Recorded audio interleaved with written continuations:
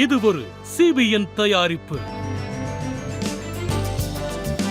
நீங்கள் பார்த்துக் கொண்டிருப்பது ஒரு புதிய வாழ்க்கை நிகழ்ச்சி. வணக்கம் நண்பர்களே, ஒரு புதிய வாழ்க்கை நிகழ்ச்சியின் மூலமா உங்களை சந்திப்பதில் ரொம்பவே சந்தோஷப்படுறோம். இந்த மே மாதம் முழுவதுமே புறக்கணிப்பை பற்றி நம்ம தொடர்ந்து பார்த்துட்டு வரோம். அந்த வகையில் இன்னைக்கு நம்ம பார்க்க போகிறது புறக்கணிப்புனால் வரக்கூடிய தாழ்வு மனப்பான்மையை பற்றி தான் பார்க்க போகிறோம். நம்ம புறக்கணிக்கப்படும் போது தாழ்வு மனப்பான்மை ஆட்டோமேட்டிக்காக நமக்கு வர ஆரம்பிச்சிருது. நான் எதுக்குமே தகுதி இல்லாதவன், என்கிட்ட நிறைய குறைகள் இருக்குது, எனக்கு எல்லாருமே என்னை புறக்கணிக்கிறாங்க, நான் எதுக்குமே லாய்க்கில்லை அப்படிங்கிற ஒரு தாழ்வு மனப்பான்மை உங்களுக்குள்ளே வர ஆரம்பிச்சிடும். அது ஒரு அவநம்பிக்கையும் கொண்டு வந்துடும். இந்த வேதனை ரொம்ப மிகப்பெரிய வேதனை தான். நண்பர்களே, இதை மாதிரி உங்ககிட்ட ஒரு அவநம்பிக்கை வந்துட்டு என்னால் எதுவுமே செய்ய முடியாது, நான் எதுக்குமே தகுதி இல்லாதவன் அப்படின்னு ஒரு அவநம்பிக்கை வந்துட்டுன்னா உங்களால் எதுவுமே செய்ய முடியாமல் ஒரு மூலையில் போய் உட்கார வச்சிரும். அப்படி ஒரு நிலைமையில் நீங்கள் இருக்கீங்களா? அதெல்லாம் தூர தள்ளிட்டு தேவனுடைய உதவியால் என்னால் எதையும் சாதிக்க முடியும் அப்படின்னு இந்த உலகத்து முன்னாடி நீங்கள் போக ஆரம்பிக்கணும். இப்போ நமக்குடைய டாக்டர் ஷீலுராஜ் அவங்க இருக்காங்க. இவங்க சின்ன வயசுலேயே புறக்கணிக்கப்பட்டாங்க. அதனால் இவங்கக்கிட்ட தாழ்வு மனப்பான்மை வர ஆரம்பிச்சுது, பயம் வர ஆரம்பிச்சுது. ஆனால் அதுக்கப்புறம் எப்படி இவங்க ஒரு புதிய வாழ்க்கையை பெற்றுக்கொண்டாங்க அப்படின்னு சொல்கிறாங்க. வாங்க பார்க்கலாம். ஷீலுராஜ் ஒரு செல்வ செழிப்புள்ள குடும்பத்தில் பிறந்தார்.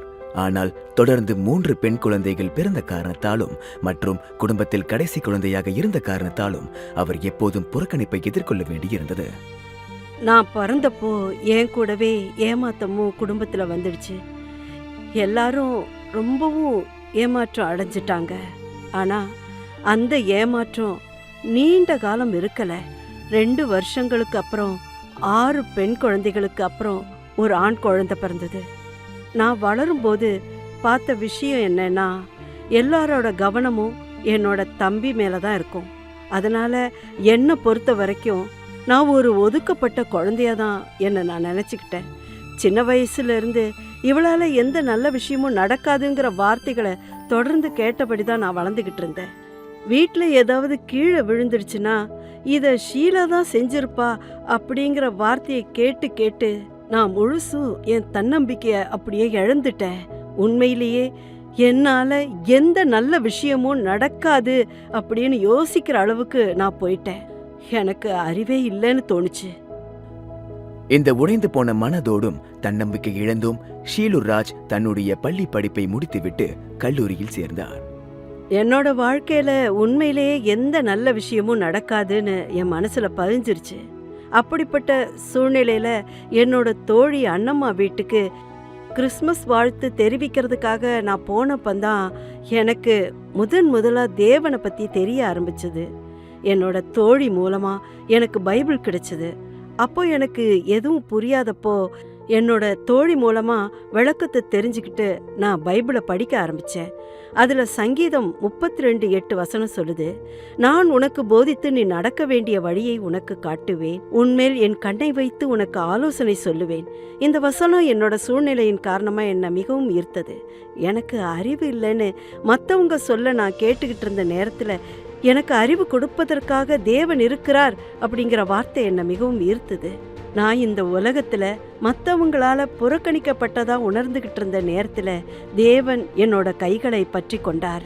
எனக்குள்ள இருந்த அவரோட நம்பிக்கை, தன்னம்பிக்கை குறைபாடு, அப்புறம் புறக்கணிப்பால ஏற்பட்ட வேதனை, இது எல்லாமே மெல்ல மெல்ல என்னை விட்டு போக ஆரம்பிச்சது.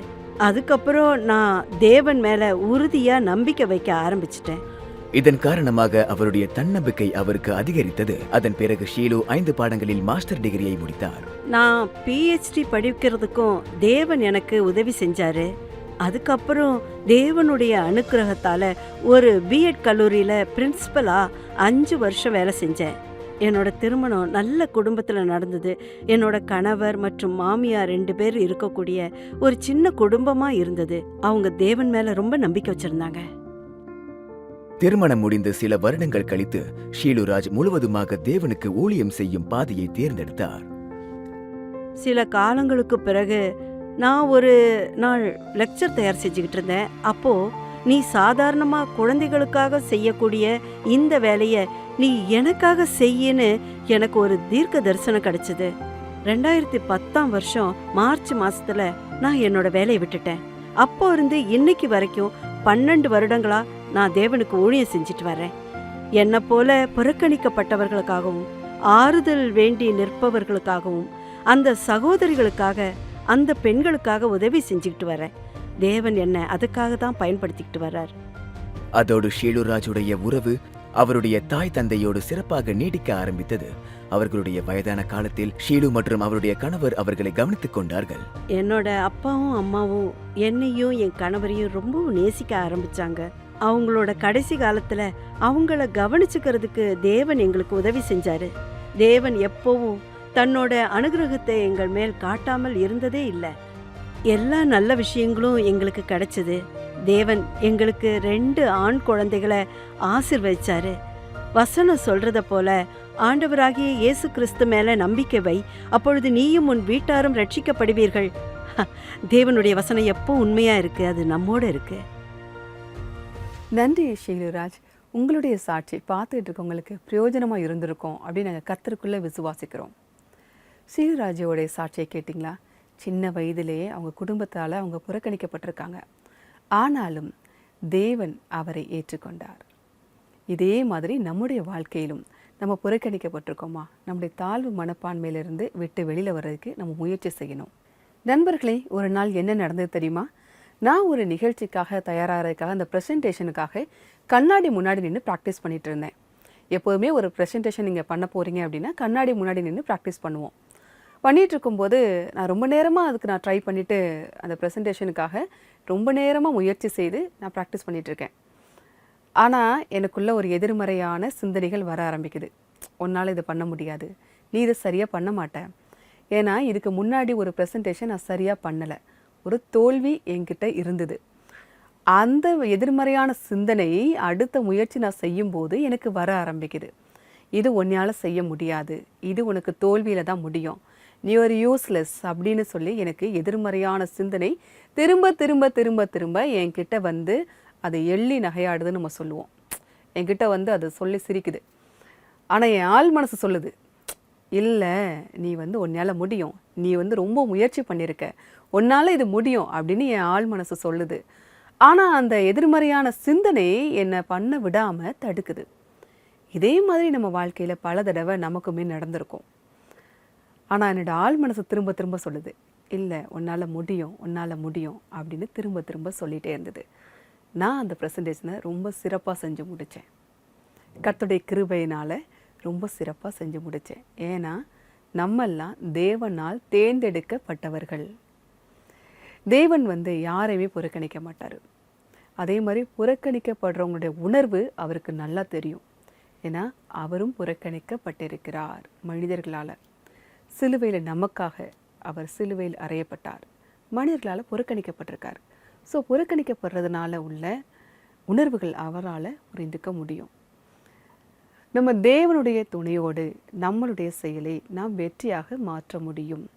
நமக்கு இருக்கக்கூடிய அந்த தோல்வி பயம், அந்த புறக்கணிப்பிற்காக இருக்கக்கூடிய அந்த தாழ்வு மனப்பான்மை நம்மை விட்டு நீங்க ஆரம்பிக்கும்.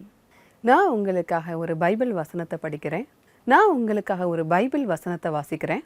யோவான் 15:16.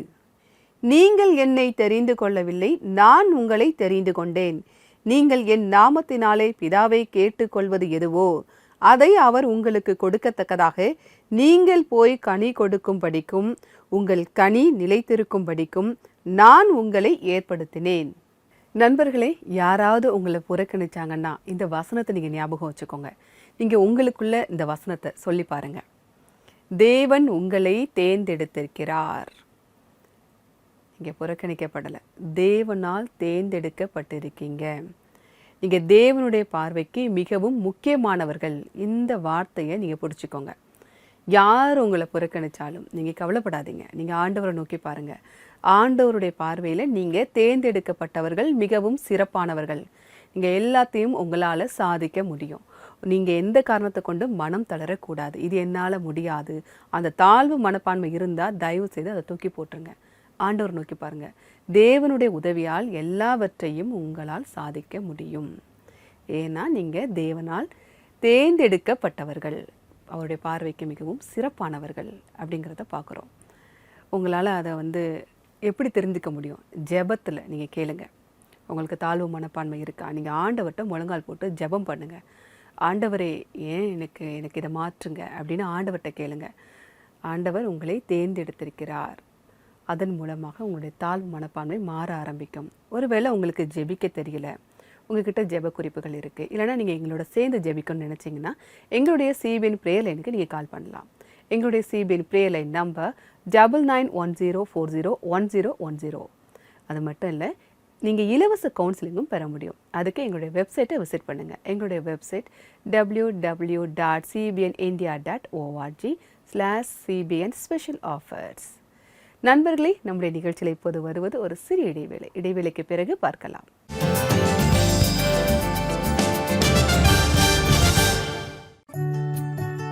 தந்தையர் தின விழாவுக்காக ஒரு சிறப்பு ஆஃபர்.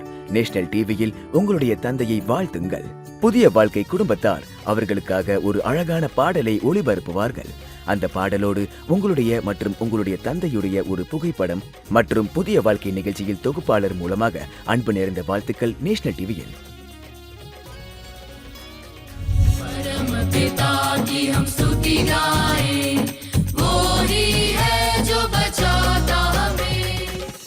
இந்த சிறப்பு ஆஃபர் உங்களுக்காக வெறும் 2024 ரூபாயில் மட்டுமே.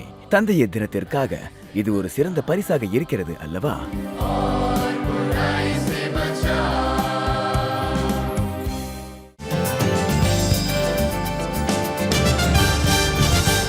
வெல்கம் பேக் நண்பர்களே. புறக்கணிப்பினால் வரக்கூடிய தாழ்வு மனப்பான்மை குறித்து நம்ம பார்த்துட்ருக்கோம். தேவனுடைய பார்வைகள் நாம் மதிப்பு மிக்கவர்கள். தேவன் நம்மை தேர்ந்தெடுத்திருக்கிறார். எப்பெல்லாம் உங்களுக்கு தாழ்வு மனப்பான்மை வருதோ அப்போல்லாம் நீங்கள் ஞாபகம் வச்சுக்கோங்க, தேவன் உங்களை தேர்ந்தெடுத்திருக்கிறார். அவருடைய பார்வையில் நாம் மதிப்பு மிக்கவர்கள்.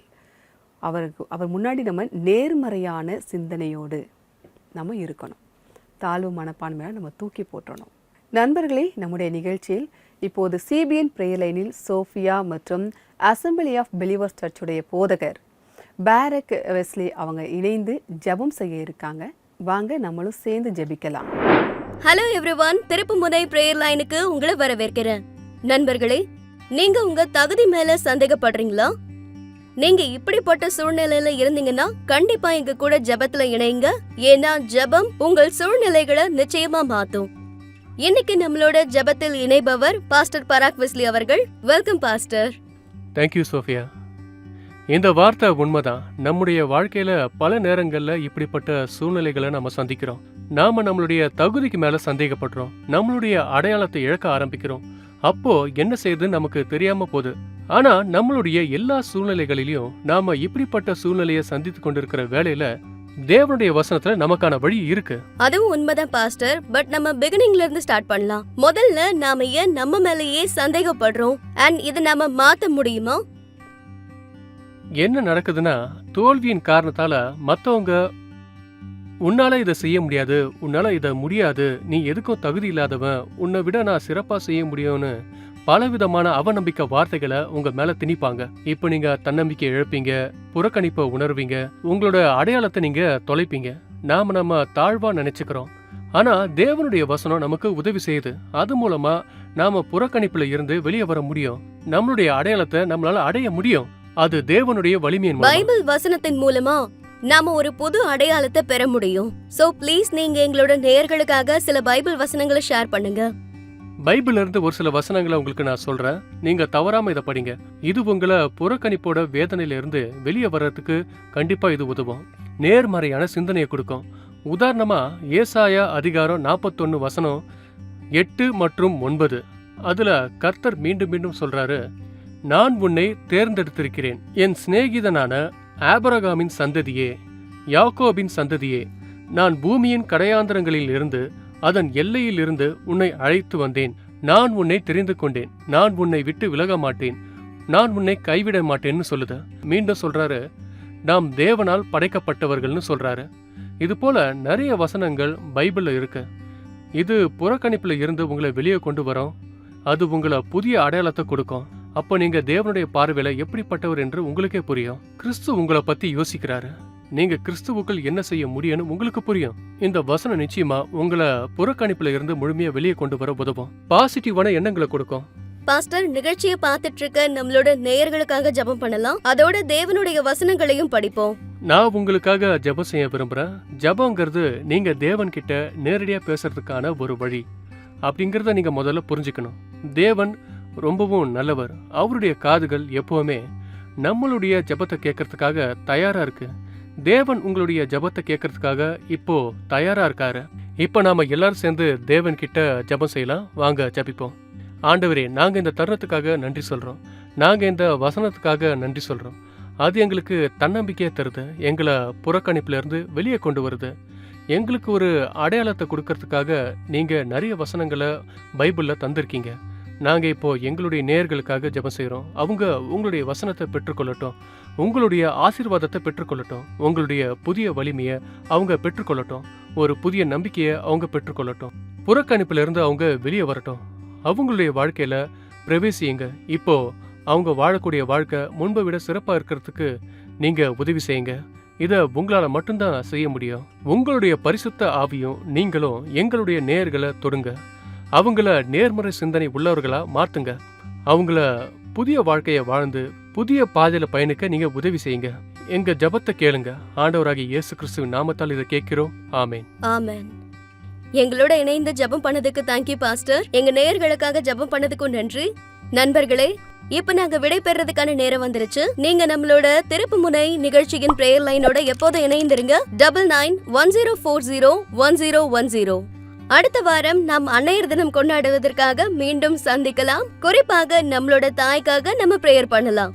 இப்போது நீங்கள் இந்த நிகழ்ச்சியில தொடர்ந்து இணைந்தே இருங்க. God bless everybody. நன்றி பாரக், வெஸ்லி மற்றும் சோஃபியா. எங்களுக்காக நீங்கள் ஜெபம் செஞ்சீங்க. இந்த ஜெபம் உங்களுக்கு ஆசீர்வாதமாக இருந்திருக்கும் என்று கர்த்தருக்குள் விசுவாசிக்கிறோம். நண்பர்களே, இன்னைக்கு நீங்கள் புறக்கணிக்கப்பட்டு வேதனையில் இருக்கிறீங்க, உங்களுக்கு ஜெபம் தேவைப்படுதுன்னா எங்களுடைய சிபிஎன் பிரேயர் லைனுக்கு கால் பண்ணலாம். எங்களுடைய சிபிஎன் பிரேயர் லைன் நம்பர் 9910401010. அது மட்டும் இல்லை, இலவச ஆலோசனையும் அதில் பெற முடியும். நண்பர்களே, நம்முடைய நிகழ்ச்சியில் இப்போது வருவது ஒரு சிறிய இடைவேளை. இடைவேளைக்கு பிறகு நன்றி வெள்ளியை பகுதியில் வந்திருக்கக்கூடிய மெசேஜஸை படிக்கலாம்.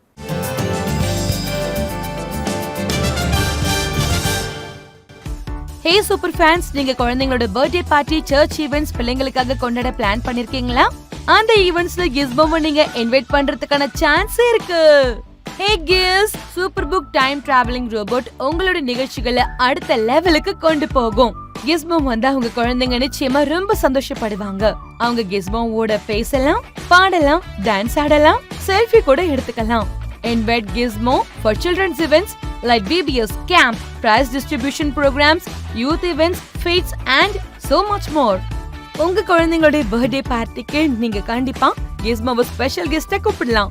நம்மளுடைய அட்வென்ச்சரஸ் கிஸ்மோ அங்க இருக்கிற எல்லா குழந்தைங்களுக்கும் வார்ம் விஷஸ் அண்ட் ஹேக்ஸ் கண்டிப்பா கொடுக்கும். இப்பவே cbnindia.org-ல நம்ம கிஸ்மோவை இன்வைட் பண்ணிக்கோங்க. நீங்க என்ஜிஓ இல்ல ஆர்கனைசேஷன் இல்லனா ஏதாவது மினிஸ்ட்ரியில இருக்கீங்கன்னா உங்களுக்கான ஸ்பெஷல் ஆஃபர்ஸும் எங்க கிட்ட இருக்கு. Visit our website cbnindia.org to invite Gizmo.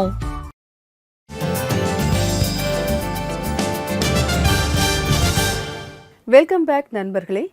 புறக்கணிப்பினால் வரக்கூடிய தாழ்வு மனப்பான்மையிலிருந்து எப்படி நம்ம மீண்டு வர்றது அப்படின்னு நம்ம இந்த நிகழ்ச்சி மூலமாக பார்த்துட்ருக்கோம்.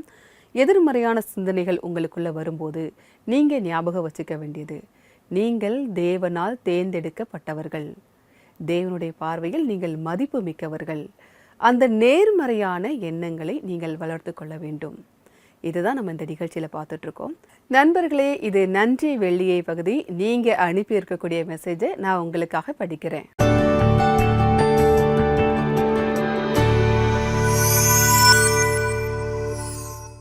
நீங்கள் எங்களுக்காக இனிமையான ஆராதனை பாடல்களையும் நல்ல சாட்சியங்களையும் வழங்கி கொண்டிருக்கிறீர்கள். இப்படிப்பட்ட உத்வேகம் தரக்கூடிய நிகழ்ச்சியை வழங்கக்கூடிய நிகழ்ச்சி தொகுப்பாளரான உங்களுக்கு எங்களுடைய நன்றி.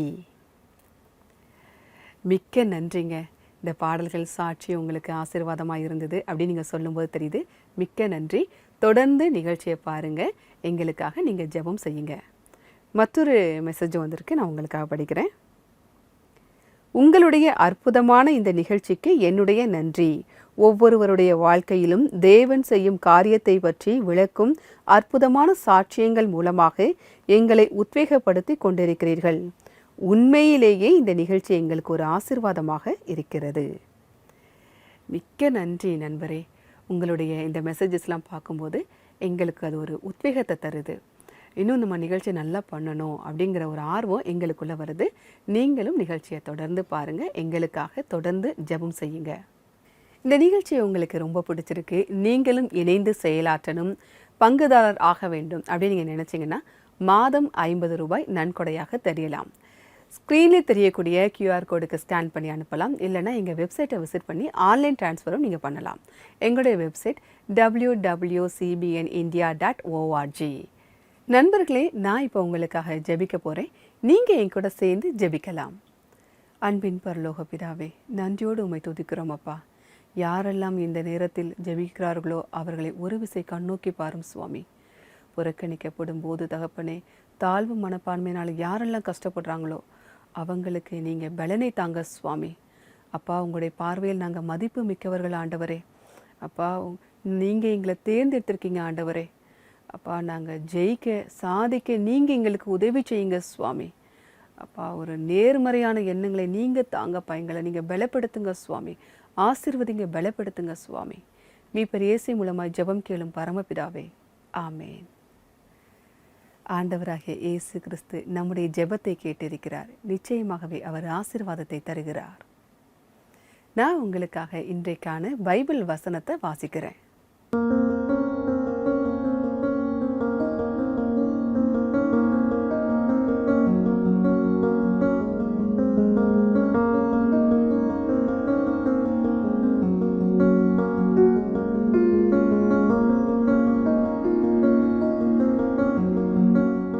உபாகமம் 3:22. அவர்களுக்கு பயப்படீர்களாக, உங்கள் தேவனாகிய கர்த்தர் தாமே உங்களுக்காக யுத்தம் பண்ணுவார் என்று சொன்னேன். வசனம் சொல்லுது, தேவன் நமக்காக யுத்தம் பண்ணுவார். நம்முடைய வாழ்க்கையில் நிறைய சவால்கள் இருக்குது, சிக்கல்கள் இருக்குது, பிரச்சனைகள் இருக்குது. என்ன வந்தாலும் அவர் நமக்காக யுத்தம் பண்ணுவார்.